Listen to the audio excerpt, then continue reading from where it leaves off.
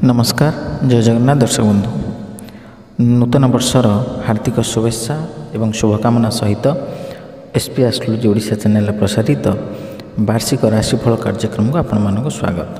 दर्शक बंधु आज आम आलोचना करवा जे 2025 रे केमिति रहिबो राशि चक्रर सप्तम राशि तुला राशिर व्यक्तिविशेष मानकर शुभाशुभ राशिफल विषय विस्तृत भाव आलोचना करवा एवं जदि अशुभ फल कौन थाए तेज तार प्रतिकार सहित आम आलोचना करवा एवं शेष तीनोटी गुरुत्वपूर्ण प्रश्न विषय में आम आलोचना करवा।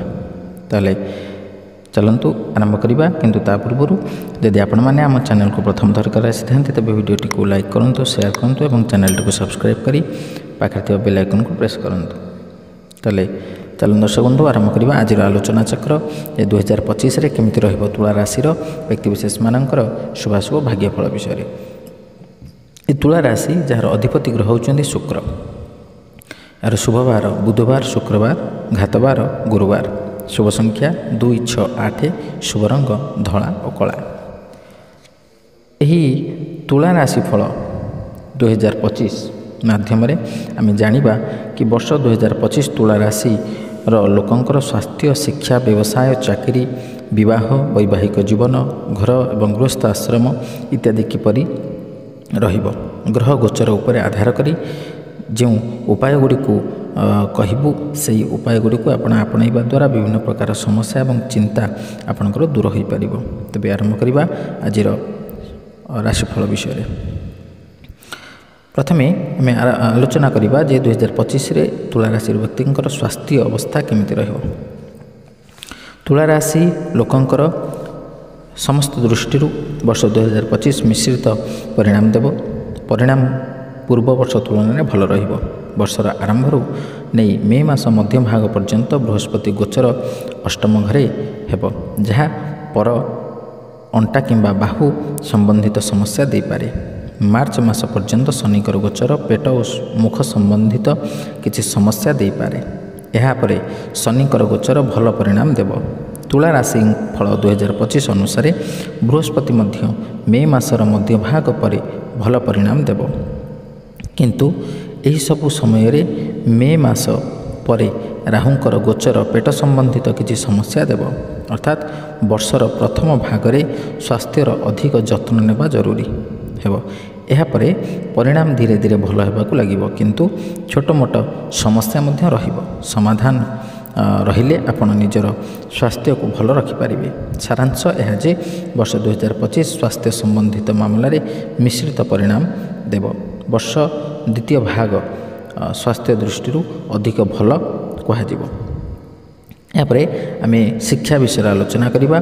तुला राशि लोकंकर शिक्षा दृष्टि वर्ष 2025 आपण को मिश्रित परिणाम देवा पढ़ी प्रतीत होछि, किंतु बहुत परिश्रम करुवा विद्यार्थी अधिकांश समय भल परिणाम पाइबे, किंतु पढ़ा प्रति अधिक गंभीर न रहुवा विद्यार्थी वर्षर प्रथम भागरे तुलनात्मक रूप से दुर्बल परिणाम देखा मिल पारे। वर्षर द्वितीय भाग विशेषकर मे मासर मध्य भाग पर ही शिक्षा स्तर में सुधार आसिबो। एपरि विद्यार्थी जी जन्मस्थान किंबा वर्तमान घर दूर रही पढ़ा इच्छा करुछंती बा बाहरे जाई पढ़ा चेष्टा करुछंती तांकर चेष्टा सफल हेबो। तुला राशि फल 2025 अनुसार विदेश जाई पढ़ा इच्छा करुवा विद्यार्थी मध्य भल परिणाम प्राप्त करेंगे। सनगर रे विदेश रे रही पढ़ुवा विद्यार्थी मध्य भल परिणाम प्राप्त करें। धर्म और अध्यात्म संबंधित शिक्षा प्राप्त करुवा विद्यार्थी मे मध्य भाग बहुत भल हेबो। एही अवधि अर्थात मे मास पर राहु पंचम घरे हेबा प्राथमिकता शिक्षा प्राप्त करुवा विद्यार्थी मन विचलित रही पारे। अर्थात बारंबार आपण फोकस विषय हराई पारती, जहाँ उपर ध्यान देवा को हेबो, तेबे जाई आपण भल परिणाम प्राप्त करें। यापर व्यवसाय विषय रे तुला राशि लोकंकर व्यापार वाणिज्य दृष्टि वर्ष 2025 तुलनात्मक रूप से बहुत भल रहिबो। वर्षर आरंभ टिके धीर रही पारे, अर्थात प्रथम मास गुड़िक कार्य किछि धीर होई पारे। नुआ योजना किछि करिबा कष्टकर होई पारे, किंबा नुआ योजना भल लागिबो नाही, किंबा सेथिरे किछि त्रुटि रही पारे। କିନ୍ତୁ ମାର୍ଚ୍ଚ ପରେ ଶନିଙ୍କର ଗୋଚର ଅନୁକୂଳ ପରିଣାମ ଆପଣଙ୍କର ଚିନ୍ତା କରିବା ଓ ଲୋନ୍ କରିବା କ୍ଷମତାକୁ ଭଲ କରିବ, ଯାହାର ସିଧାସଳଖ ପ୍ରଭାବ ଆପଣଙ୍କର ବ୍ୟବସାୟ ଉପରେ ସକାରାତ୍ମକ ରୂପରେ ପଡ଼ିବ। ବୃହସ୍ପତିଙ୍କର ଗୋଚର ମଧ୍ୟ ମେ ମଧ୍ୟ ଭାଗ ପରେ ଅନୁକୂଳ ହୋଇଯିବ। ଏହି ସମସ୍ତ କାରଣ ଯୋଗୁଁ ବ୍ୟବସାୟ ଭଲ ଚାଲିବ, ବ୍ୟବସାୟ ସମ୍ବନ୍ଧିତ ଯାତ୍ରା ସଫଳ ରହିବ, ବରିଷ୍ଠଙ୍କର ଭଲ ମାର୍ଗଦର୍ଶନ ମିଳିବ।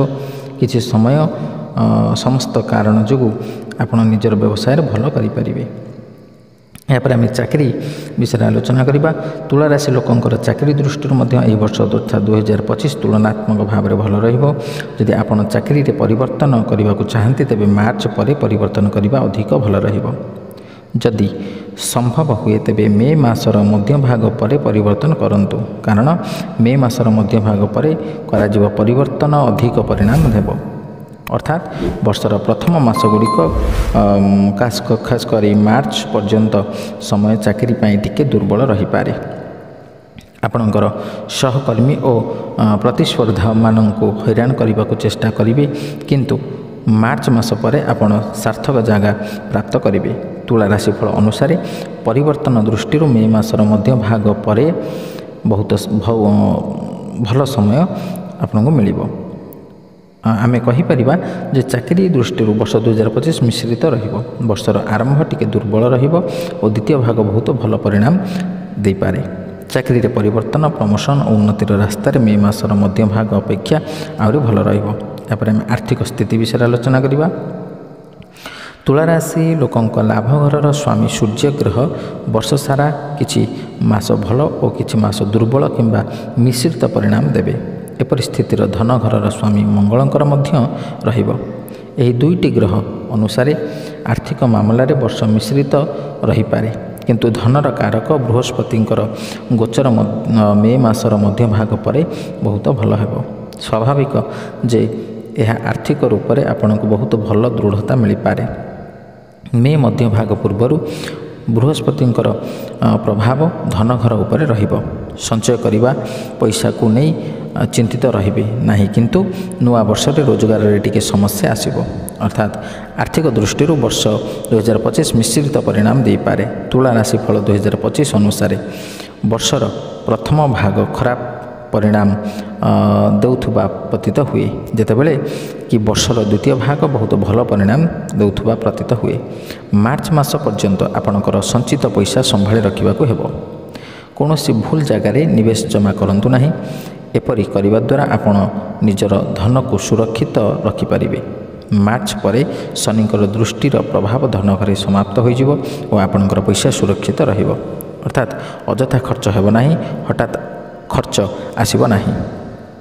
ଏହାପରେ ଆମେ ପ୍ରେମ ଜୀବନ ବିଷୟରେ ଯଦି ଆଲୋଚନା କରିବା ତେବେ ତୁଳା ରାଶି ଲୋକଙ୍କର ଲଭ୍ ଲାଇଫ୍ ଦୃଷ୍ଟିରୁ ବର୍ଷ 2025 ମିଶ୍ରିତ ରହିବ। କିଛି ମାମଲାରେ ପରିଣାମ ଟିକେ ଦୁର୍ବଳ ରହିବ। ବର୍ଷର ଆରମ୍ଭରୁ ମାର୍ଚ୍ଚ ମାସ ପର୍ଯ୍ୟନ୍ତ ପଞ୍ଚମ ଘରେ ଶନି ଗ୍ରହଙ୍କର ପ୍ରଭାବ ରହିବ। ଶନି ଗ୍ରହ ଆପଣଙ୍କର ରାଶିରେ ଅଛନ୍ତି, କିନ୍ତୁ ଶନି ନିରସ ଗ୍ରହ, ଯିଏ ପଞ୍ଚମ ଘରେ ରହି ପ୍ରେମ ସମ୍ବନ୍ଧରେ ନିରସତା ଭାବ ଦେଇପାରନ୍ତି। ଅର୍ଥାତ୍ ଲଭ୍ ଲାଇଫ୍ରେ କୌଣସି ଖାସ୍ ମଜା ଆସିବ ନାହିଁ। ପରସ୍ପରର ଭୁଲ ଖୋଜିବାକୁ ଚେଷ୍ଟା କରିବେ।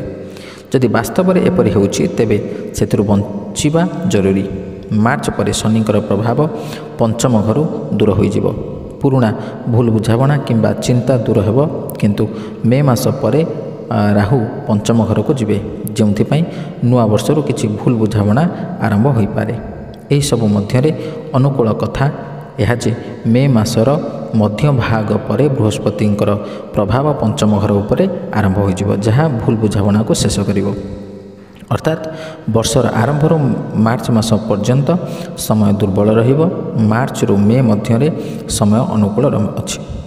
ମେ ପରେ ସମସ୍ତ ମିଶ୍ରିତ ପରିଣାମ ଦେବ, ଅର୍ଥାତ୍ କିଛି ସମସ୍ୟା ଆସିବ କିନ୍ତୁ ଶୀଘ୍ର ଠିକ୍ ହୋଇଯିବ। ସେଥିପାଇଁ ଏହି ବର୍ଷ ପ୍ରେମ ପ୍ରସଙ୍ଗ ମାମଲାରେ ମିଶ୍ରିତ ରହିବ। ଏହାପରେ ଆମେ ବିବାହ ଓ ବୈବାହିକ ଜୀବନ ବିଷୟରେ ଆଲୋଚନା କରିବା। ତୁଳା ରାଶି ଲୋକ ଯାହାର ବିବାହ ବୟସ ହୋଇସାରିଛି କିମ୍ବା ଯେ ବିବାହ ପାଇଁ ଚେଷ୍ଟା କରୁଛନ୍ତି ତାଙ୍କୁ ବର୍ଷର ଅଧିକାଂଶ ସମୟ ଅନୁକୂଳ ପରିଣାମ ଦେବ। ବର୍ଷର ଆରମ୍ଭ ବହୁତ ଅଧିକ ସାହାଯ୍ୟ କାରୀ ଦେଖାଯାଉ ନାହିଁ, କିନ୍ତୁ ନିର୍ବନ୍ଧ ଇତ୍ୟାଦିକୁ ନେଇ କିଛି ସମୟ ହୋଇପାରେ, ଅର୍ଥାତ୍ ବିବାହର ଆରମ୍ଭରେ ସମସ୍ୟା ଆସିପାରେ। କଥାକୁ ଆଗକୁ ବଢ଼ାଇବାର ସମ୍ଭାବନା ଦୁର୍ବଳ ଅଛି।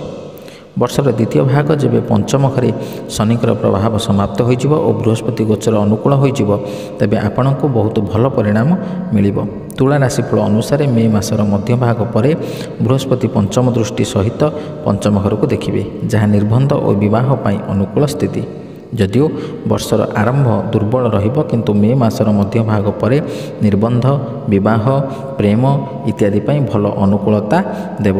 ବୈବାହିକ ସମ୍ବନ୍ଧ ବିଷୟରେ କହିଲେ ଏହି ମାମଲାରେ ମଧ୍ୟ ବର୍ଷର ଆରମ୍ଭ ଶେଷ କରି ମାର୍ଚ୍ଚ ପର୍ଯ୍ୟନ୍ତ ସମୟ ଦୁର୍ବଳ ରହିପାରେ। ମାର୍ଚ୍ଚ ପରେ ସ୍ଥିତି ଧୀରେ ଧୀରେ ଅନୁକୂଳ ହେବାକୁ ଲାଗିବ ଓ ମେ ମାସର ମଧ୍ୟଭାଗ ପରେ ସ୍ଥିତି ବହୁତ ଭଲ ହୋଇଯିବ। ଏହାପରେ ଆମେ ପାରିବାରିକ ଗୃହସ୍ଥ ଜୀବନ ବିଷୟରେ ଯଦି ଆଲୋଚନା କରିବା, ତେବେ ଏହି ତୁଳା ରାଶିଫଳ 2025 ଅନୁସାରେ ପାରିବାରିକ ଜୀବନ ମାମଲାରେ ବର୍ଷର ଆରମ୍ଭ ମାସ ଠିକ୍ ରହିବ ନାହିଁ। ବର୍ଷର ଆରମ୍ଭରେ ବିଶେଷ କରି ମାର୍ଚ୍ଚ ପର୍ଯ୍ୟନ୍ତ ଶନି ଗ୍ରହ ଦଶମ ଦୃଷ୍ଟି ସହିତ ଆପଣଙ୍କର ଦ୍ୱିତୀୟ ଘରକୁ ଦେଖିବେ, ଯାହା ପରିବାରର ସଦସ୍ୟଙ୍କ ମଧ୍ୟରେ ବିବାଦ କରାଇପାରେ। ଆପଣଙ୍କର କଥାବାର୍ତ୍ତା କରିବାର ଢଙ୍ଗ ମଧ୍ୟ ଟିକେ ଦୁର୍ବଳ ହୋଇପାରେ। ଆପଣଙ୍କର କଥା ଆପଣଙ୍କର ପରିବାର ସଦସ୍ୟଙ୍କୁ ଭଲ ନ ଲାଗିପାରେ। ଆପଣଙ୍କର କଥାର କିଛି ଅନ୍ୟ ଅର୍ଥ ବାହାର କରାଯାଇପାରେ। ଭଲ ହେବ ଯେ ମାର୍ଚ୍ଚ ପର୍ଯ୍ୟନ୍ତ କମ୍ କଥା କୁହନ୍ତୁ, କାମ ବିଷୟରେ କଥା କୁହନ୍ତୁ ଓ ଯାହା କହୁଛନ୍ତି ସମ୍ମାନର ସହିତ କୁହନ୍ତୁ। ମାର୍ଚ୍ଚ ମାସ ପରେ ଶନିଙ୍କର ପ୍ରଭାବ ଦ୍ୱିତୀୟ ଘରେ ଶେଷ ହେବ। ଫଳସ୍ୱରୂପ ପାରିବାରିକ ମାମଲାରେ ଧୀରେ ଧୀରେ ଅନୁକୂଳତା ପ୍ରାପ୍ତ ବଢ଼ିବାକୁ ଲାଗିବ। ଗୃହସ୍ଥ ସମ୍ବନ୍ଧିତ ମାମଲାରେ ଏହି ବର୍ଷ ଅନେକ ସମୟ ପର୍ଯ୍ୟନ୍ତ ପ୍ରତିକୂଳତା ଦେଖାଯାଉଛି। ଏହାପରେ ଆମେ ଭୂମି, ଭବନ ଓ ଯାନସୁଖ ବିଷୟରେ ଆଲୋଚନା କରିବା। ତୁଳା ରାଶି ଲୋକଙ୍କୁ ଭୂମି ଓ ଭବନ ସମ୍ବନ୍ଧିତ କୌଣସି ବଡ଼ ସମସ୍ୟାର ଯୋଗ ନାହିଁ। ଆପଣ ନିଜର କର୍ମ ଓ ପ୍ରୟାସ ଅନୁସାରେ ପରିଣାମ ପ୍ରାପ୍ତ କରିବେ। ଯଦି ଆପଣ କୌଣସି ଜମି କିମ୍ବା ଭୂଖଣ୍ଡ ଚାହୁଁଛନ୍ତି, ତେବେ ମନରୁ ଚେଷ୍ଟା କରନ୍ତୁ ଯେ ଧନ ସଞ୍ଚୟ ହେଉ ଓ ଆପଣ ଭୂମି ଓ ଭବନ ସମ୍ବନ୍ଧିତ ନିଜର ମନୋକାମନା ପୂରଣ କରିପାରିବେ। ବର୍ଷର ଦ୍ୱିତୀୟ ଭାଗ ଏହି ମାମଲାରେ ଅଧିକ ଭଲ କୁହାଯିବ। ଯଦି ବର୍ଷର ପ୍ରଥମ ଭାଗ ମଧ୍ୟ ଭଲ ଅଛି, କିନ୍ତୁ ତୁଳନାତ୍ମକ ରୂପରେ ଦ୍ୱିତୀୟ ଭାଗ ଆହୁରି ଭଲ ରହିବ। ଯାନ ସମ୍ବନ୍ଧିତ ମାମଲାରେ ଆପଣଙ୍କୁ ଭଲ ପରିଣାମ ମିଳିବ। ତୁଳା ରାଶିଫଳ 2025 ଅନୁସାରେ ଶୁକ୍ର ଗ୍ରହଙ୍କର ଗୋଚର ଅଧିକାଂଶ ସମୟ ଅନୁକୂଳ ପରିଣାମ ଦେବ। ବୃହସ୍ପତିଙ୍କର ଗୋଚର ମଧ୍ୟ ଚତୁର୍ଥ ଘରେ ଅନୁକୂଳତା ପକାଇବ। ଏହି ସମୟ କାରଣ ଯୋଗୁଁ ଆପଣ ନିଜର ଇଚ୍ଛା ଅନୁସାରେ ଯାନ ସୁଖ ପ୍ରାପ୍ତ କରିପାରିବେ। ତାହେଲେ ଦର୍ଶକ ବନ୍ଧୁ, ଆମେ ତ ବିସ୍ତୃତ ଭାବରେ ଆଲୋଚନା କଲେ ଶୁଭ ଏବଂ ଅଶୁଭ ଫଳ ବିଷୟରେ। ଯେଉଁ ଅଶୁଭ ଫଳ ଗୁଡ଼ିକ ବିଷୟରେ ଆମେ ଆଲୋଚନା କଲେ, ସେ ଅଶୁଭ ଫଳକୁ ପରିତ୍ୟାଗ କରି ଶୁଭ ଫଳ ପ୍ରାପ୍ତ କରିବା ନିମନ୍ତେ କେତେଗୁଡ଼ିଏ ପ୍ରତିକାର ବିଷୟରେ ମଧ୍ୟ ଆମେ ଆଲୋଚନା କରିବା। ସେ ପ୍ରତିକାର ଗୁଡ଼ିକ ହେଉଛି, ଆପଣ ଦରକାର ପଡ଼ିଲେ ସଖା କିମ୍ବା ସହପାଠୀଙ୍କର ନିଜର ସାମର୍ଥ୍ୟ ଅନୁସାରେ ସାହାଯ୍ୟ କରନ୍ତୁ। ମାଂସ, ମଦ, ଅଶ୍ଳୀଳତା ଇତ୍ୟାଦିରୁ ଦୂରେଇ ରୁହନ୍ତୁ। ପ୍ରତ୍ୟେକ ମାସର ତୃତୀୟ ଗୁରୁବାରରେ ନିଜର ସାମର୍ଥ୍ୟ ଅନୁସାରେ ମନ୍ଦିରରେ ଘିଅ ଓ ଆଲୁଦାନ କରନ୍ତୁ ଏବଂ ଆପଣ ବିଷ୍ଣୁ ସହସ୍ରନାମ ପାଠ କରିପାରିବେ ଏବଂ ପ୍ରତିଦିନ ହନୁମାନ ଚାଳିଶା ପାଠ କରନ୍ତୁ। ବନ୍ଧୁ, ଶେଷରେ ସେହି ତିନୋଟି ଗୁରୁତ୍ୱପୂର୍ଣ୍ଣ ପ୍ରଶ୍ନ। ପ୍ରଥମ ପ୍ରଶ୍ନ, 2025ରେ ତୁଳା ରାଶି ଲୋକଙ୍କର ଭଲ ଦିନ କେବେ ଆସିବ? ମେ 2025ରୁ ଗୁରୁ ତୁଳା ରାଶି ଲୋକଙ୍କର ନବମ ଘରୁ ଓ ଅକ୍ଟୋବର 2025ରୁ ଡିସେମ୍ବର 2025 ପର୍ଯ୍ୟନ୍ତ ଗୁରୁ ତୁଳା ରାଶିର ଦଶମ ଘରୁ ଗୋଚର କରିବେ। ଏହି ସମୟ ଆପଣଙ୍କ ଜୀବନରେ ସୁଖ ସମୟ ଆଣିବ। ଦ୍ୱିତୀୟ ପ୍ରଶ୍ନ, ବର୍ଷ 2025 ତୁଳା ରାଶି ଲୋକଙ୍କ ପାଇଁ ଭଲ ବର୍ଷ କି? ତୁଳା ରାଶି ଲୋକଙ୍କ ପାଇଁ ନୂଆ ବର୍ଷ 2025 ମିଶ୍ରିତ ପରିଣାମ ଆଣିବ। ଏହି ବର୍ଷ ଆପଣଙ୍କୁ ନିଜର ସ୍ୱାସ୍ଥ୍ୟର ବିଶେଷ ଧ୍ୟାନ ଦେବାକୁ ପଡ଼ିବ। ତୃତୀୟ ପ୍ରଶ୍ନ, ତୁଳା ରାଶିର ଦେବୀ ବା ଦେବତା କିଏ? ତୁଳା ରାଶିର ଆରାଧ୍ୟ ଦେବୀ ହେଉଛନ୍ତି ମା ପାର୍ବତୀ। ଏହି ରାଶି ପାଇଁ ଶ୍ରାବଣ ମାସ କ୍ୟାରିୟର ଓ କାର୍ଯ୍ୟ ଦୃଷ୍ଟିରୁ ଶୁଭ ପ୍ରମାଣିତ ହେବ। ତାହେଲେ ଦର୍ଶକ ବନ୍ଧୁ, ଆଶା କରେ ଭିଡ଼ିଓଟି ଭଲ ଲାଗିଥିବ। ଯଦି ଭଲ ଲାଗିଛି ତେବେ ଭିଡ଼ିଓଟିକୁ ଲାଇକ୍ କରନ୍ତୁ, ସେୟାର କରନ୍ତୁ ଏବଂ ଆପଣଙ୍କର ସୁଚିନ୍ତିତ ମତାମତ ଦେବାକୁ ଜମା ଭୁଲନ୍ତୁନି। ଆଜି ପାଇଁ ବିଦାୟ ଦିଅନ୍ତୁ। ରହିଲି, ନମସ୍କାର, ଜୟ ଜଗନ୍ନାଥ।